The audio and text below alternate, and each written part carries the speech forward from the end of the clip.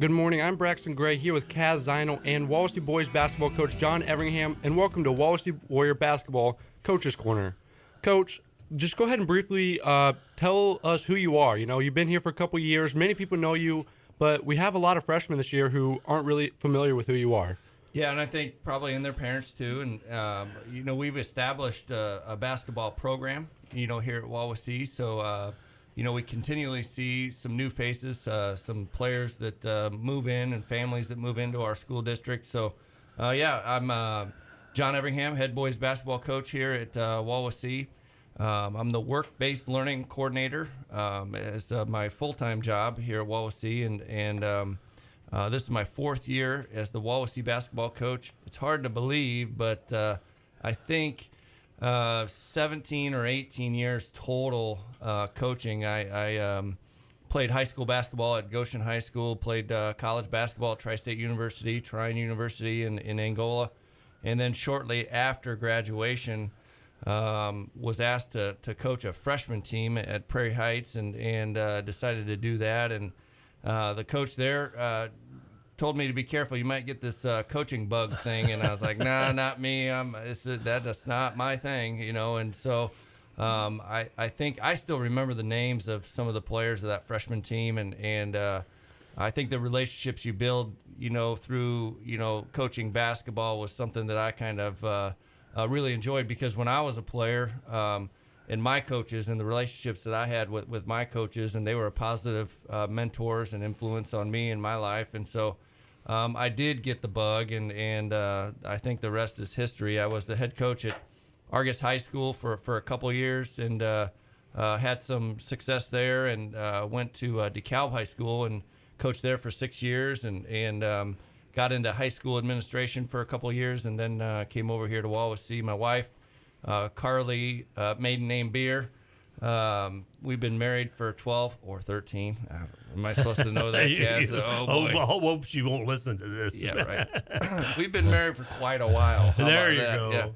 Yeah. But she is a Wallasey grad, and she works at the middle school. We got 4 kids, twin boys in 7th grade, and Davis, our third son, is in 6th grade, and Peyton's and our only daughter is in 3rd grade. So we live here in Syracuse. We're part of the community. We're happy to be here. We love it here, and Wallasey is a great place to be.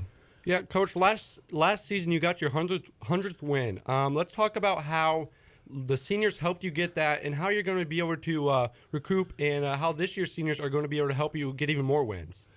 Yeah, we had a good group last year, with our seniors in Ben Hoffert, Aaron Evans, Marshall Miller, and Josh Slayball. Those are special people that kind of came up through the program, and when I got here, they were sophomores, so they got 3 years under my direction, and built solid relationships like I talked about earlier with those guys. And I know they're off and doing great things now, and really proud of those guys for the people that they are and coming through. It's basketball season, even though it kind of seems like a long grind, I think in the realm of life, it's just a short period of time that you get to spend with a group of people. And last season for us was a special season in terms of not necessarily on the scoreboard in a lot of games. We only won 6 games, but I can tell you one of the most enjoyable seasons that I've ever coached. Personally for me as a head coach,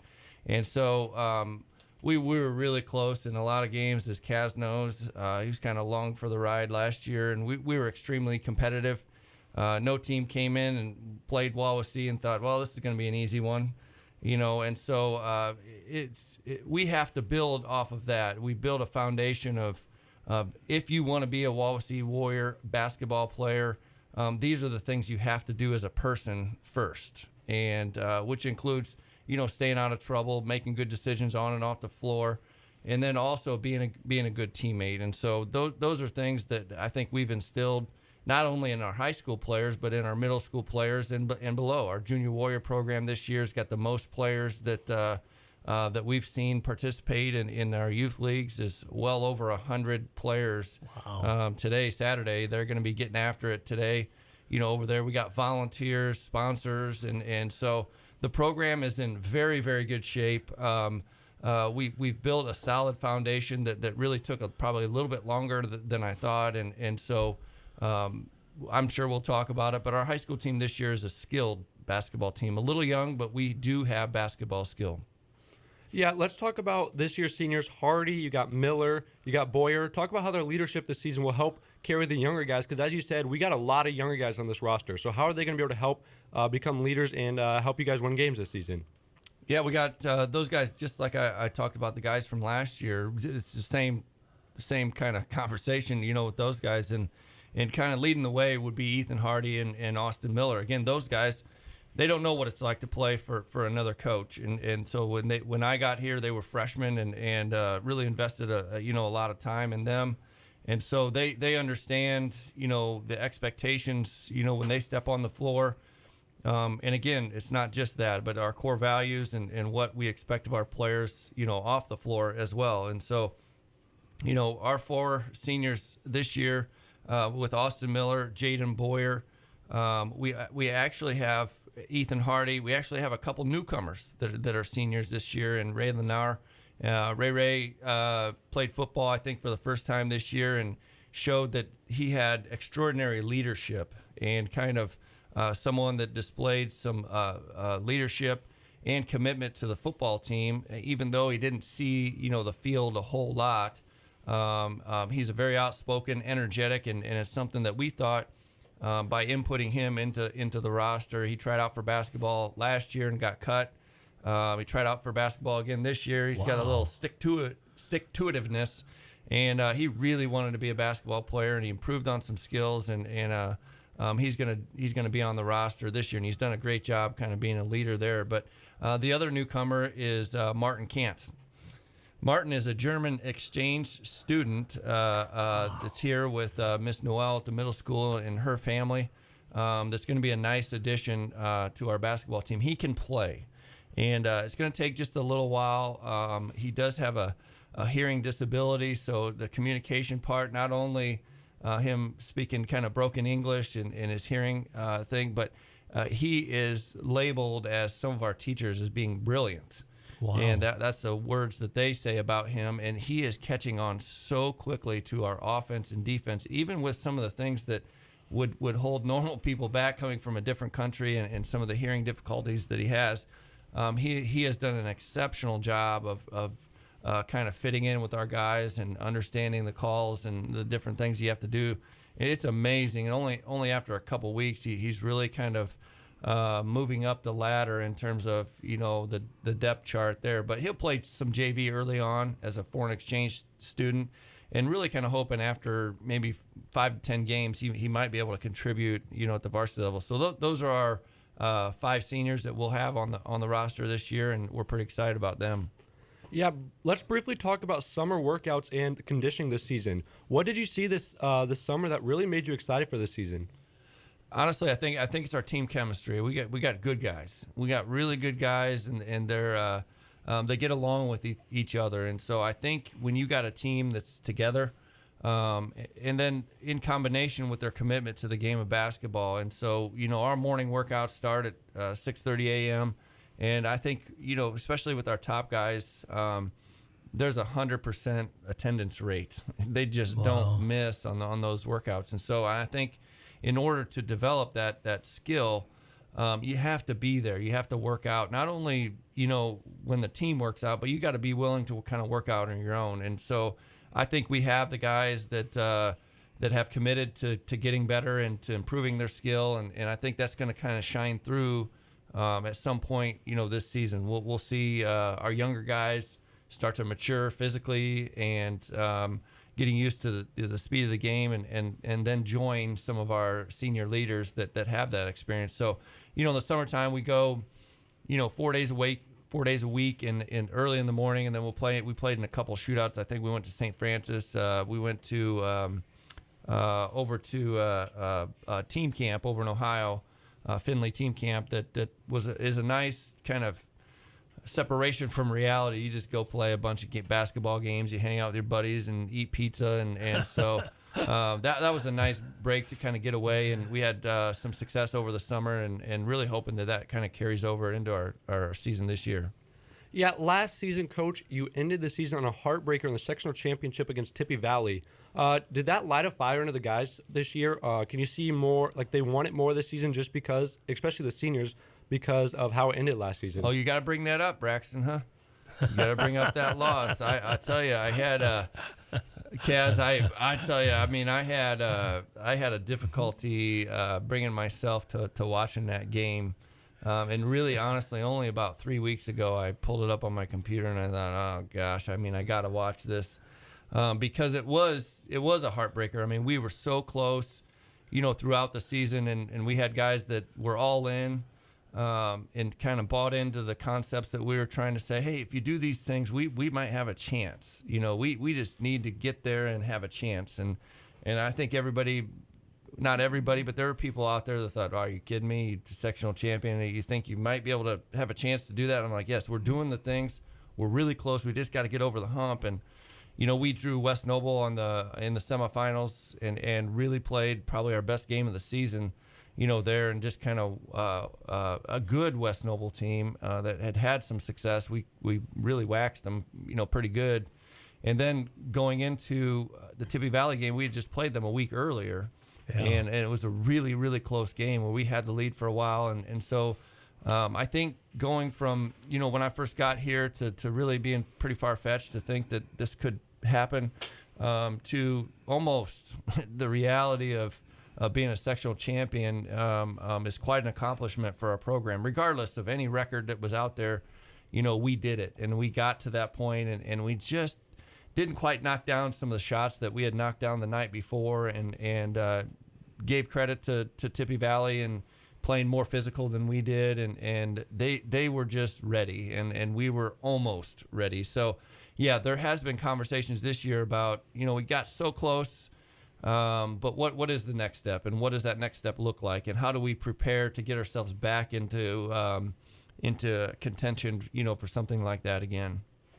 Yeah, as we know, Coach, we have been known to have a pretty good sectionals. We got Northwood and Fairfield, and coming up after this short break, we're going to talk about Fairfield and how you guys prepare for them coming up next Tuesday. So this is Braxton Gray here with Coach John Everingham on Wallace Warrior Basketball Coaches Corner.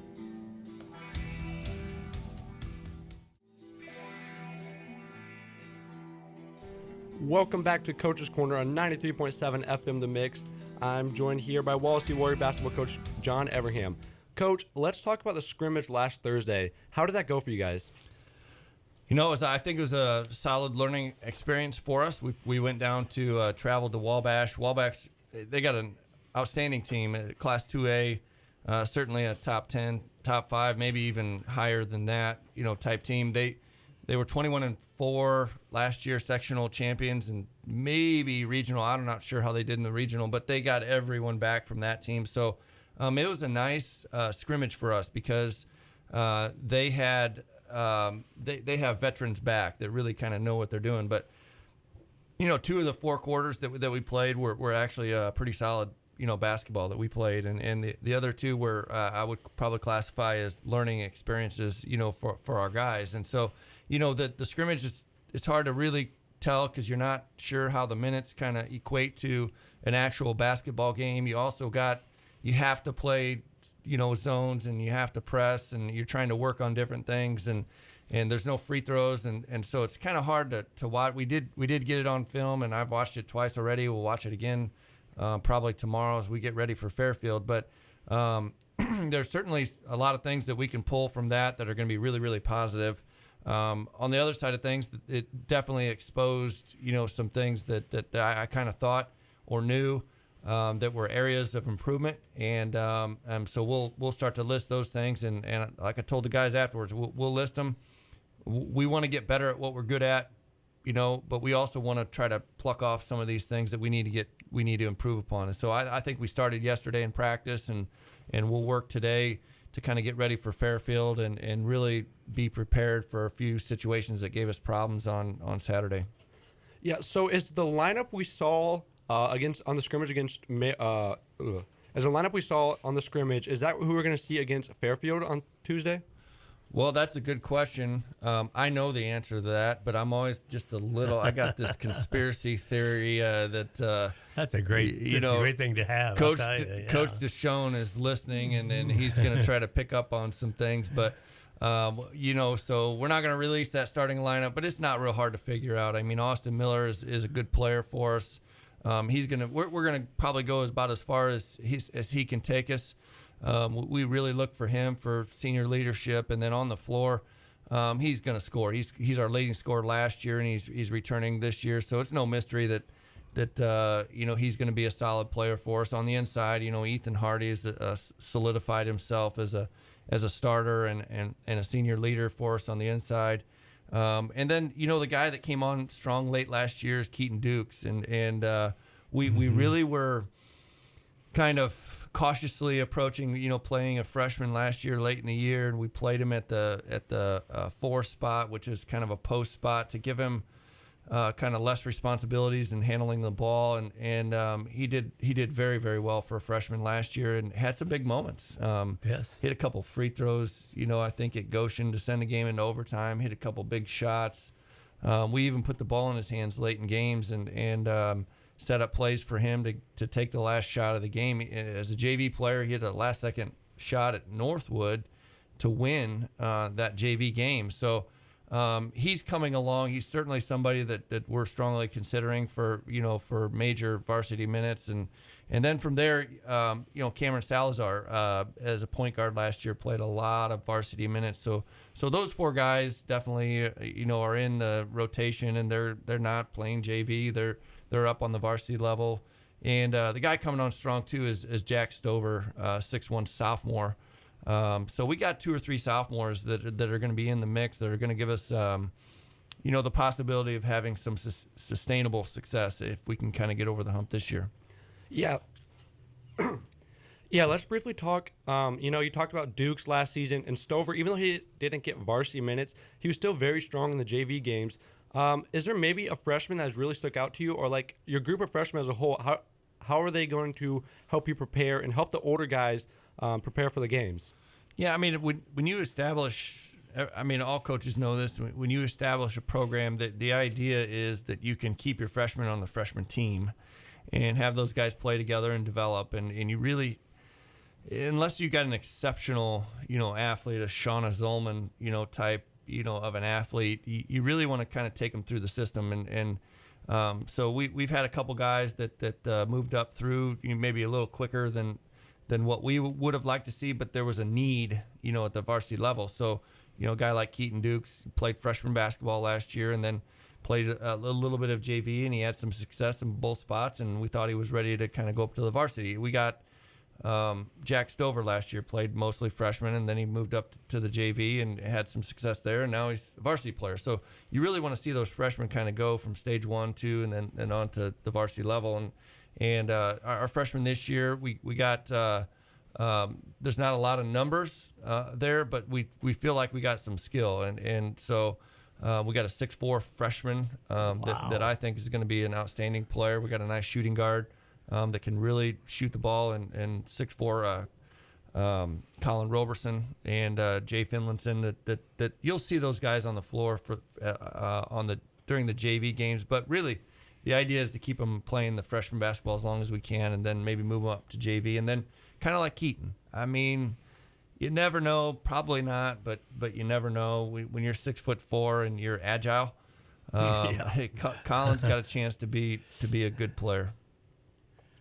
Yeah. So Tuesday we go to Fairfield. Let's talk about how you prepare that game. Fairfield has always seemed to, kind of give us troubles. So who's one player on Fairfield that you have been scouted very heavily, and that might give you troubles?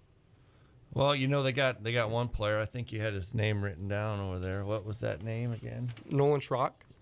Nolan Sherrick. Sherrick. Yeah, Sherrick is the real deal. He really is. He's the real deal. He transferred in and has played a couple years, for Fairfield. He was their maybe second main player, last year, and he's going to be really, really tough to stop. I mean, he is a proven. And he is a really solid, put together young man, and he's physical.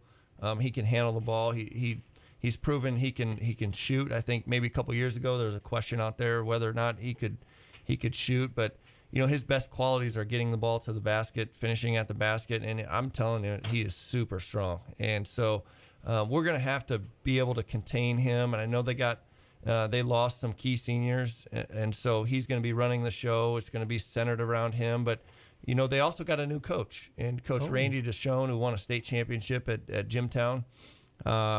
So I know they're going to be very well coached. They got a really good player. And so that makes for a combo that's going to give us some problems on Tuesday, that's for sure. Yeah, not just the Fairfield game, but looking forward ahead in the season, what are some games that you guys are excited to play? 2 years ago we went to Warsaw and beat them, snapping our conference losing streak, and we beat Warsaw, one of our biggest rivals. So on the schedule, what are some games that you guys are excited to play this year? Well, we usually don't look ahead, but it's kind of a season preview. I guess you kind of got to do that because, in all honesty, you're only thinking about one game and one game at a time, whatever, cliche-ish. But we're simply talking about Fairfield and trying to get our guys ready. And so I think a lot of coaches will tell you that early in the season you're so much more focused on your team and trying to get.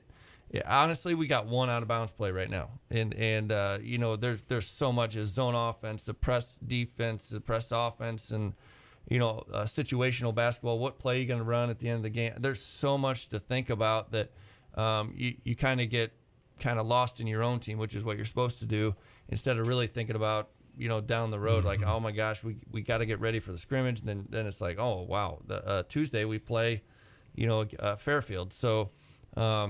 But I know that the beginning of our season is always an exciting one. We've had some really good games, that have come down to last-second shot. I think Jacob Hand, 2 years in a row, his junior and senior year, hit last-second shots against Manchester on the road. He hits about a 12-footer to win the game, literally at the buzzer. And then we get into a situation where the very next year we run a little screen and roll on the left wing, and he scores a layup with 1 second to go to get us over the top on that game. So, Manchester has got a highly recruited collegiate point guard that was, for us, it was like, he's a freshman, he's a sophomore. Well, now he's a junior. He's been traveling with this top AAU team, and they've had tons of success on the AAU circuit. So they got an exceptional point guard. But I think we would be able to be very competitive with them. We've had great games with West Noble. We see them early in the season, and then Whitco. Whitco is a game that we went into double overtime here 2 years ago, and they'll be back on our floor this year. And then we were there last year, and I think we missed a shot or had a chance to win at the last second. So these games early on, if you're listening, could be really exciting games as we see, Angola on Saturday. Fairfield's always a good game. Angola, they beat us the last 2 years, but both of them have been super tight. Josh Slayball had a 3 in the corner at the buzzer to win last year and missed it. It just barely missed that shot from the corner. So those games kind of leading up to our first conference game, in Warsaw, and obviously Warsaw, they had it out for us last year, and rightfully so, because 2 years ago we went over there and beat them in kind of a huge victory, for us over there. So I think the early season is going to be really exciting. I think it's going to be much of the same. It's going to be close, tight games, and we're kind of trying to find that missing link that would get us over the top. Instead of maybe losing some close games, we can come out, victorious on the scoreboard in those games, instead of learning tough, heartbreaking lessons and staying with it, things we've always done here, that we could get over the top this year. Yeah, we already talked about last year's seniors. Ben Hoffert was an excellent shooter. So you talked about Miller and Hardy and how their presence are going to help you in this game. So who is somebody that's going to step up as a shooter since you lost Hoffert last year? Well, that'll probably be losing Ben, obviously is a really big deal because he could stretch the defense, and there was no doubt they had to guard him from anywhere. He's an NLC all-conference guy, and you lose your best player, and you got to kind of fill the void. But there's nobody that's going to step in and be able to shoot, quite like Ben did. So it's going to have to be kind of a, filled by a couple other players, and maybe even a philosophical change just a little bit. I like Jack Stover on the inside, and I like Ethan Hardy. We played our first probably 8 games last year with no inside presence whatsoever. Yeah. I mean, we were counting on 3-pointers like crazy, and when we weren't hitting threes, man, we didn't look like a very good basketball team. Ethan Hardy was playing JV, and then we were like, hey, we have to establish some sort of inside game. We brought Ethan up probably a little earlier than what we would have liked, but he progressed into a very good inside player by the end of the year.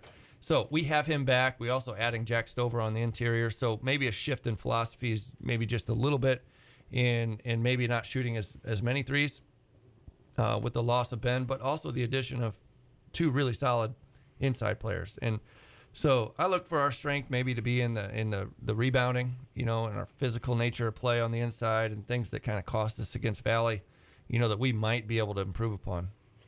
Yeah, this may be something that most people are excited about, but how can Thanksgiving break impact your team? Let's briefly talk about this big break we have coming up. You guys missed a whole day, and as you know, we eat a lot on Thanksgiving. So how can that affect your team? Well, I'll tell you what, if we win on Tuesday night, I'll probably overeat. And if we lose too, I probably will soak in my sorrows. But no, it's always interesting to talk to the guys about trying not to overeat, and it's a break, that it's a day off on Thursday, but we come back on Friday and we'll practice twice on Friday to kind of what I call run the turkey off on Friday morning, and then we actually will practice some X's and O's in the Friday evening. So in fairness to the families that go away for Thanksgiving, we try to practice early on Wednesday, and then a little bit later on Friday to give them enough time to kind of visit their families, which is obviously important. So, but we got a good group of seniors. Like I told you, we got good senior leadership. I think they'll be disciplined,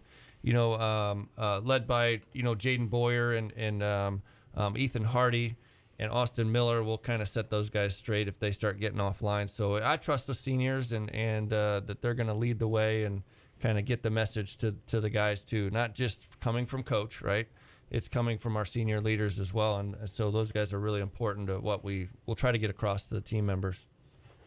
Yeah, coming up next, we have a new addition to the Wall Street Warrior basketball team, Coach Hefter. So we'll be able to interview him and talk about what he brings to the Wall Street team.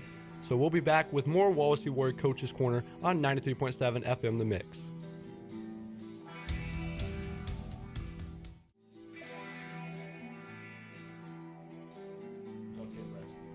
Welcome back to Coach's Corner on 93.7 FM The Mix. We have a new member of the Wallace Warrior basketball team, Coach Hefter. Coach, give us a brief, who are you, what's your basketball background, and what do you think you bring to the Wallace program? Well, I've got an interesting background. Born and raised in New York and not the upstate, the pretty side. I'm all concrete, right? So when I came here, funny story, I had never mowed a lawn before. And one of my neighbors came up to me and said, "Are you going to mow that thing?" I was like, "I don't know how." I was like, how do you start this lawnmower? Concrete doesn't grow, kind of thing, right? So I'm born and raised in New York. Been playing basketball since 7th grade, which is a late start for most people. I was blessed enough that one of the camps I was at, I ran into Danny Green, who now plays for the LA Lakers. Wow. His younger brother, Devontae, plays for IU right now. We're family friends, and he just kind of he was a mentor for me throughout the basketball process. Got me into a good high school. I played at St. Mary's College Preparatory High School. We were ranked 17th in the nation, sort of Lalomere before Lalomere. We won our state championship. We were Federation's runner-up, and we didn't get to go to the Geico Nationals, unfortunately, because we lost our Federation's championship. But we had a phenomenal team. I think everyone, my players, 1 through 9 went on to play D1 or D2 basketball. It was a really special experience in high school. So it's a little different coming to Indiana, and seeing this whole Hoosier basketball thing, right? Because I'm used to the nitty and gritty, I'm in Indiana, right? Lance Dance kind of basketball. But now it's interesting to be here. And then high school basketball took me to play in college. I originally was supposed to play at University of Pennsylvania. That didn't work out because I had an injury in high school. I went on to play at Widener University, which was right outside of Philly. Had a little mishaps there with just stuff academically, and ended up transferring to Clemson University, where I played in the ACC and got to play against all these really cool guys that they get to see on TV now, making all the big bucks. And it was just an awesome experience to play in the ACC. just for a couple of years. And I went on to play semi-professionally when I was living in Charleston, South Carolina. After graduation, I played for the Fayetteville Panthers. That was just a sort of semi-pro East Coast Basketball League thing. It was something, you got to do it for the experience while you can, while you're young, before my knees go out, because I know they're going to go out, probably sooner rather than later, unfortunately. But that's a little bit about me. So, hey, one quick question. How many times or have you yet seen the movie Hoosiers? I have. So I actually have a funny story about that. So moving here from New York, right, you have to do all the different things like find a dentist, find a doctor, and all this other stuff. And I go to the orthodontist, and it was actually one of the actors that was in the movie Hoosiers. He's a guy in Warsaw, and believe it or not, funny story, he goes, so you played at Clemson? I said, yeah. He said, Brad Brownell, he played college basketball in Indiana. I said, yeah, I know that. He goes, well, I was his teammate. I was like, wow. So I go to the dentist's office, and I had a great experience. Who gets to say that, right? Yeah, right.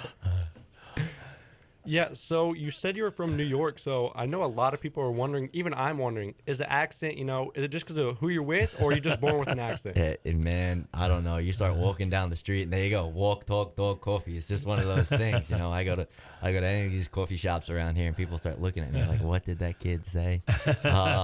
Yeah, no, it's something you're born with, and, it's different in each region and, in all the 5 boroughs. But it's something that I've been in South Carolina for 6 years and then came here, and it's definitely sticking. I can tell you that much. Yeah. You talked about Indiana high school basketball. It's normally known for being the best basketball in the country. How can you tell the difference between Indiana high school basketball and New York? I would probably say there's a couple slight differences. So in New York, everyone's a lot louder. Right, that's just natural. Just you can take that with being from New York. It's a little grittier. City-style basketball is a little bit different. And I also played. I'm only 25, so my high school days aren't too far past me. But it was a little bit different when I was playing. The hand check rule wasn't made yet, so you could play defense. You could get right up in somebody's grill. You could basically smell what they ate for breakfast, lunch, and dinner. And if it was in their teeth, you could tell them, that kind of thing. And so the game has evolved differently, but I've noticed that sort of in-your-face style is really specific to New York. I would say Indiana, it's a lot more skill-based run and gun type stuff. And that, of course, is where the evolution of basketball is going now. I would hate to say that Steph Curry changed that, but he really did. Everybody likes to watch him, do his little dance and everything. And, you have all these kids growing up, and that's what you try and emulate. And now it's even happening at the college level. So that's probably where the most difference is. And then you've got, the corn-fed kids that are just, he's talking about Colin before, 6'4" freshman. Kid's got a lot of room to grow, right? And that's something that you don't see a lot of in New York. You just long and lengthy typically. Here it's I think we'll have a good post presence for a couple of years with that, but just minor differences like that. Basketball is basketball at the end of the day, right? You got 2-pointers, you got 3-pointers. The goal is to get the ball in the hoop. It doesn't matter what the X's and O's do, right? Just whoever does that more wins. Yeah. So let's talk about what brought you here and why did you choose Wawasee out of many surrounding areas. So I came here to work for Zimmer Biomet. I'm an engineer there. I work for the knee team. And so we just launched a new product there. And I work for now the upper extremities team. So that's sort of the shoulder and elbow region. So we're working on a new product there as well. So I'm basically a desk jockey with that. And with my personality and how much I like to talk and move around, just because I am from New York again, I just started walking around, finding random people kind of thing. And I probably did the most New York thing when I first moved here back in April. I stayed in an Airbnb for 6 weeks, right? I was like, I really want to get to know the area. I want to know the people. I want to know where to live, right? It's kind of like my own little scouting report. And so I actually stayed up here in Syracuse in this cute little Airbnb with this great couple. And I actually went to church with them, and I actually got to meet Chad Hoffert. And he kind of said, hey, I heard you played basketball. You interested in, maybe coming to this high school and seeing what we could do? We'll meet the coaches and, hey, you can get some shots up, right? That's all we want to do at the end of the day, right? I got to meet Ben. We got to play a little bit in the summer. So that's sort of stepped in a big pile of poop kind of thing, and it was just awesome, right? I moved here and I stayed in the Airbnb for 6 weeks. I ended up moving to Winona after that, so it's a nice, cute little area. I live right outside the village of Winona, and I got to go to church and meet the basketball players. And now all of a sudden I'm back here after work every day, right? So who cares about mileages on the car, right? I mean, You're right. That's huge. So, did you transfer to Indiana for the work, or did your family move here? No, so I haven't been with my family since high school. So I went from New York to Philadelphia. I was there for a year and a half, and then I went to Clemson, which is in South Carolina.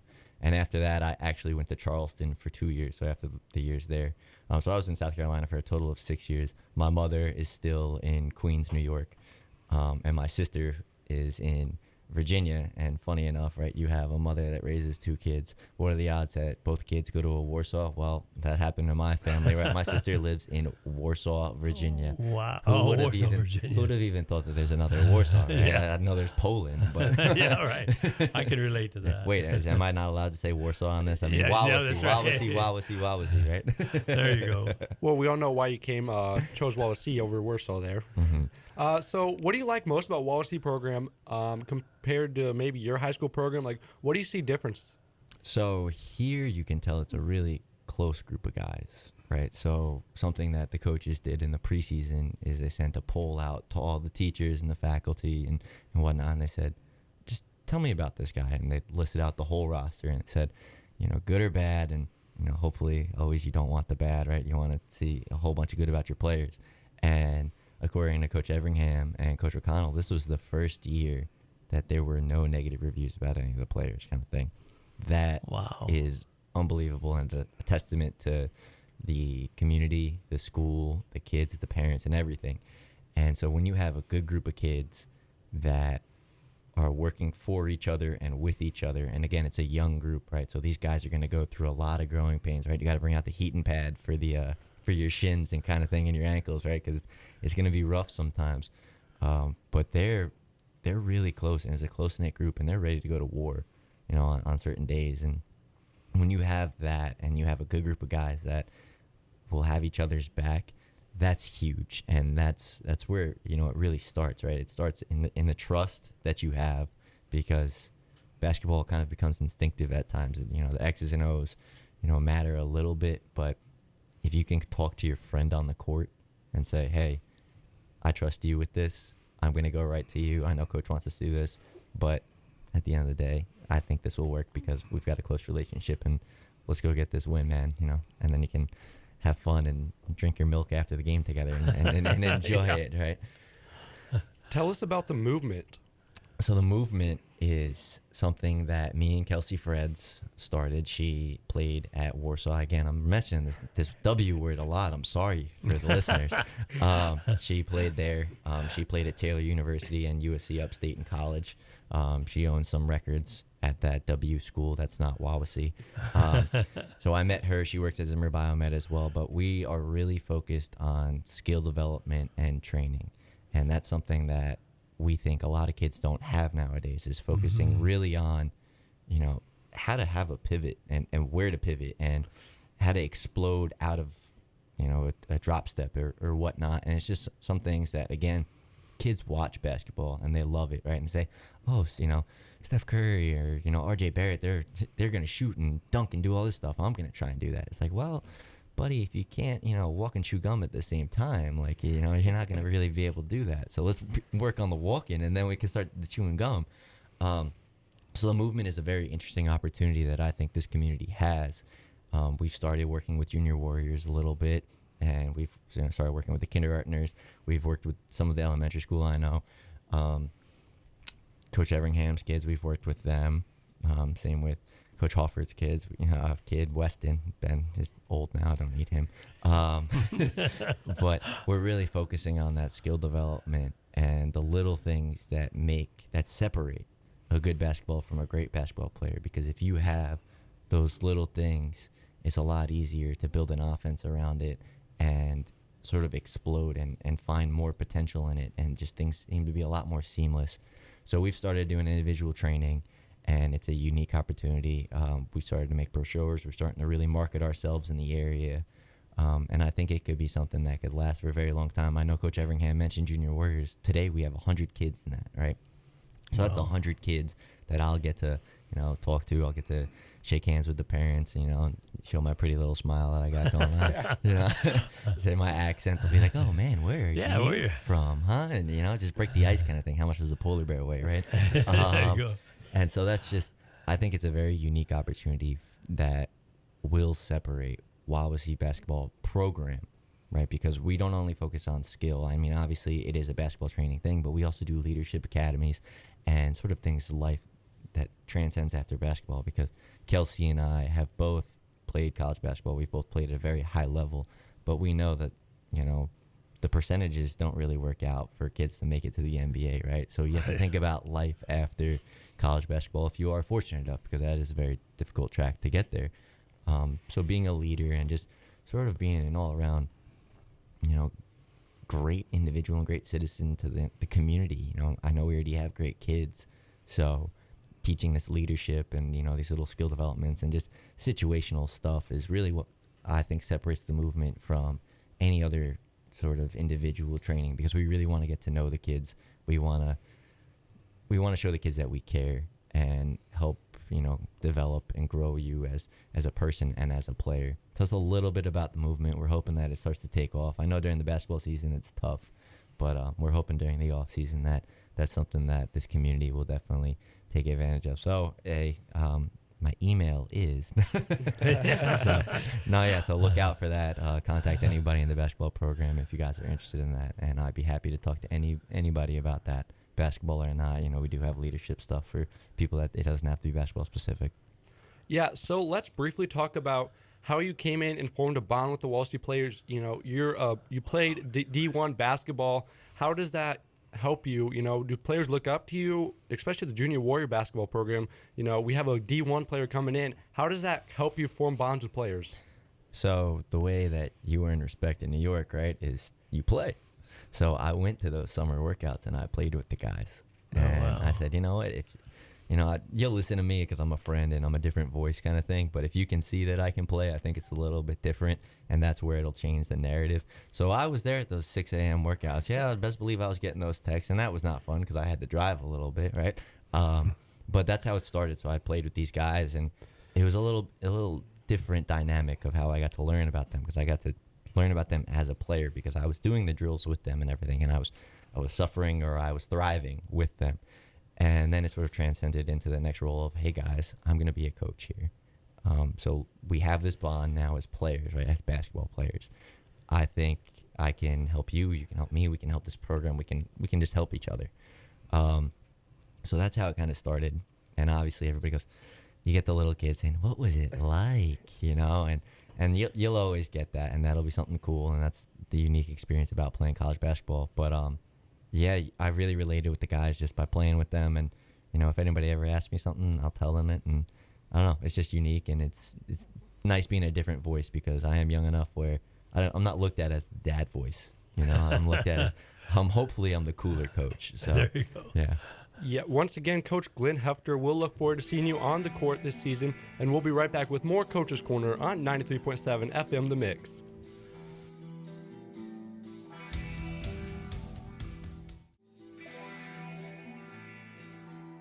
Welcome back to Coach's Corner. I'm now joined by Coach Chad Hoffert. Coach, you coached freshmen last year, and now you're transitioned to the middle school level. How does that, how do you help the middle school levels coming back from a high school coach? There is a little bit of an adjustment with obviously the players are there's a physical development change. There's a little bit of a mentality change. The amount of experience they've had in their basketball career is a little bit different. The skill level is different, but a lot of the principles of what we want to try to do remain the same. So I've always felt like the 7th grade basketball coach sort of starts setting the tone for a program, because there's sort of like 3 phases of a basketball career. The way I kind of look at it, you kind of have the elementary up through 6th grade, and then you sort of have 7th through 9th is a very interesting time in a person's basketball development, because there's so many physical and emotional and mental changes, and you just never really know what's gonna happen. And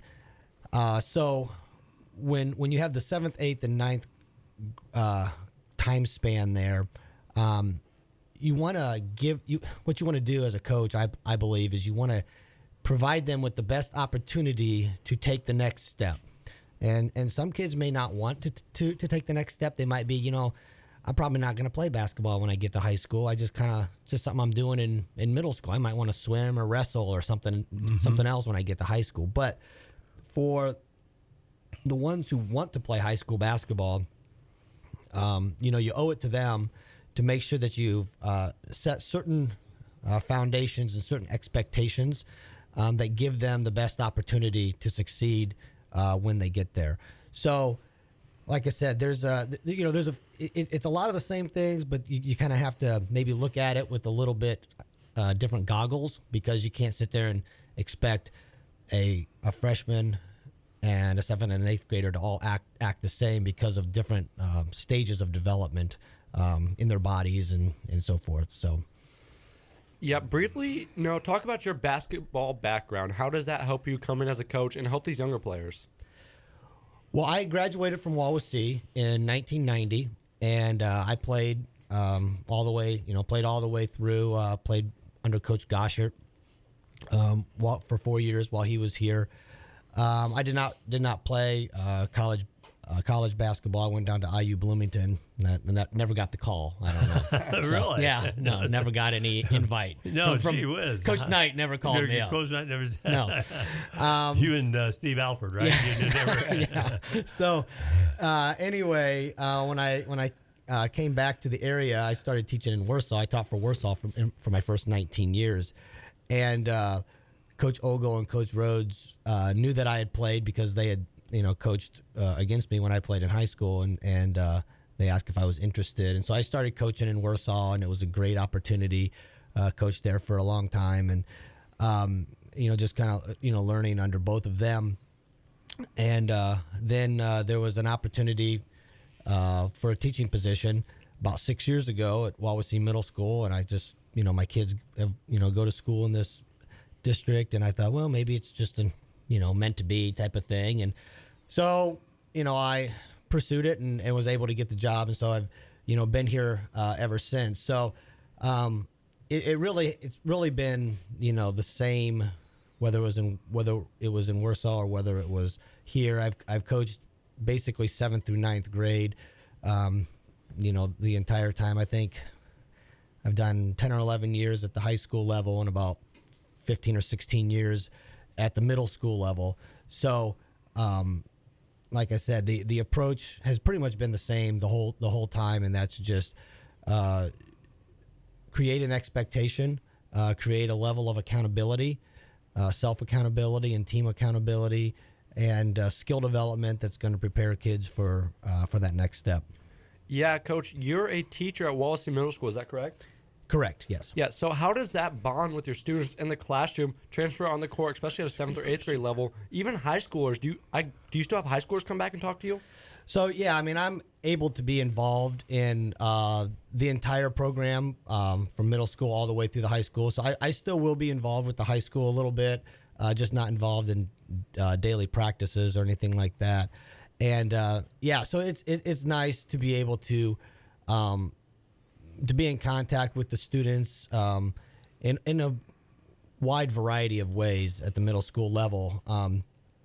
If I can, obviously I can say hi to them and interact with them in class and so forth. But if there's a situation where somebody's struggling, we can catch it early in terms of maybe a grade or maybe a classroom conduct. And it's not, and if you're a lay coach, if you're not a teacher as a coach, sometimes it's hard to kind of keep a pulse on some of that stuff, and then something can kind of maybe escalate before you find out about it to the point where, well, I wish I'd have known that earlier. So as a teacher in the building, I can find out about some things, and I get I did something similar to Coach Everingham. I sent out a little thing about the basketball players, and so I get good reports back.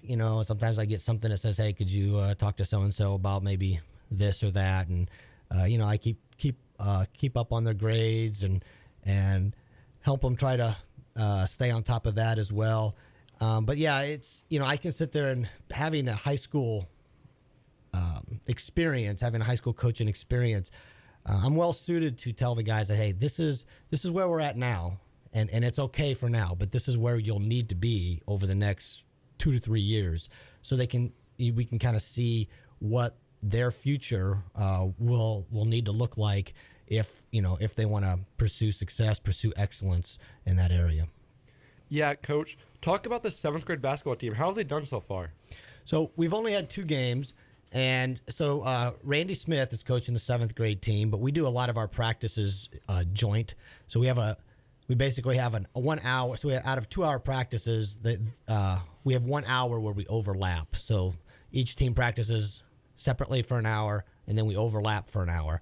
So we try to build because when you get to high school, it's not grade level based. It's skill based. It's ability based. So they need to learn to start playing together early. And so they've only had 2 games, and they've won both of their games. And they played a Millersburg Fairfield team, which is a K-8 building, and then Milford, which is also obviously K-8. So they'll travel to Plymouth on Monday, and they'll play a game there, and they'll be a good team. They have the varsity coach's kid from Plymouth is on the 7th grade team, and Bale's kid, he's a real good player. So so for them, it's it's been off to a good start. Just working on integrating some new offensive philosophies and stuff that will hopefully transfer to the high school. Yeah, and then let's go ahead and talk about the 8th grade. How's the 8th grade done this season? So we've played the same 2 games. We're 1-1, and we made some great strides and improvements in the first 2.5 weeks of the season in terms of just getting some of the basic core fundamentals down. And our thing is we're getting better by not trying to make greater plays, but trying to eliminate the bad plays. And so by reducing risk and reducing plays that lead to turnovers or whatever the case may be, we're actually replacing those with better plays. And I'm starting to see that foundation being laid, and the fruit is already starting to bear itself out there. So it's exciting. Again, we just started this week. With both groups, we started working on the W offense, which is the high school offense. It might not be an offense that we run a lot at the middle school level, but again, it's that part of practice where we say that we're doing this for the next segment of your playing career, so that when you get to the high school, they don't have to spend all this time maybe teaching you something. It's something that you're already familiar with, and then they can just work on perfecting it. So we'll just take little bits and pieces, but we kind of started that process yesterday, which is kind of exciting. It's kind of fun for them to think, hey, I'm learning the high school stuff, and so forth. Yeah, so, you talked about Milford and Wawasee. So they play together at high school, but I've always kind of wondered, how does them not playing together in middle school kind of affect their freshman year? Because I know I went to Milford, and sometimes, I still have issues talking to Wawasee middle school kids because I've not grown up with them. So how does them two not playing together early on affect how they play freshman year in the chemistry? Yeah, it's, it has definitely some pros and cons, but it's kind of exciting on the positive side when all of a sudden you have maybe one group of players had some components, but they were missing other pieces, and then the other school had the same thing, but when they get put together, they get to complement each other and fill in those gaps. And so then you all of a sudden end up with a group of players that can kind of multiply their productivity or their efficiency because of these gaps got filled in by players from the other team. So it's kind of a little bit of a booster shot, I feel, in terms of the players getting to be like, okay, well, maybe we felt like we were, average or something when we were in middle school, and we kind of maybe struggled. And now all of a sudden, because we have, more players together, we can we can have this level of success that we weren't able to experience maybe at the middle school level. So it's a little bit of a struggle, but there's a nice reward to it. There's a nice payoff, and it kind of adds a little excitement. I haven't really seen. I had the same thing when I coached in Warsaw with Lakeview and Edgewood, and there's not a lot of rivalry once they come together. Some of that can obviously happen while they're in middle school, but when they come together, it's pretty nice that they're in there for a common goal and a common direction. One of the things I remember seeing too is that you're working with more kids. So you've got 2 varsity 8th grade teams. So it's not a very good analogy there, but you got more kids that are tough, that want to play freshman ball and make basketball their high school goal. Yeah, I mean, we're very rare to have, for a school our size, to have 2 separate teams. At Concord is almost twice our size, and they only have 1 8th grade team. So it's kind of a unique thing for a corporation our size to have 2. And like you said, it's sort of like instead of just having 12 players on the team, you end up with like 20 players on the 8th grade basketball team that are all, more kids getting experience, more kids getting, getting playing time, etc. Coach, briefly describe the goals this season for 7th and 8th grade. What are you looking forward in the season? Well, like I said, from the very beginning, I said, our primary objective, when I talked to the players and the parents, I said, the primary objective is to get better and to prepare for the next level. And I said, now there'll be moments, there'll be lighter moments when, we'll have some fun and we'll do some things and so forth. But we have to separate this time as a little bit of a sacred time that would be separate from like playing at the youth center or playing in PE class or on recess or whatever. So this is a little bit of a sacrificial time where we're devoting it for this hour and a half or 2 hours with the goal of preparing for the next level. So there's drills that I'd introduce that hopefully the freshman coach then won't have to worry about or won't have to take time to introduce. He can just start doing them, and they're the same drills being the last 3 years with Coach Everingham. They're his drills. So that's really helped me take what his expectations are in terms of the mechanics of a practice, as well as the philosophy of a practice, and start instilling that, in 13, 14-year-olds. And so hopefully that will pay dividends as everything moves forward. Once again, joining me is Coach Hoffer, and tune in Tuesday as we have a doubleheader as the girls and boys will travel to Fairfield. And tune in next Saturday for another conversation with Coach John Everingham and guests at 11 a.m. on 93.7 FM The Mix.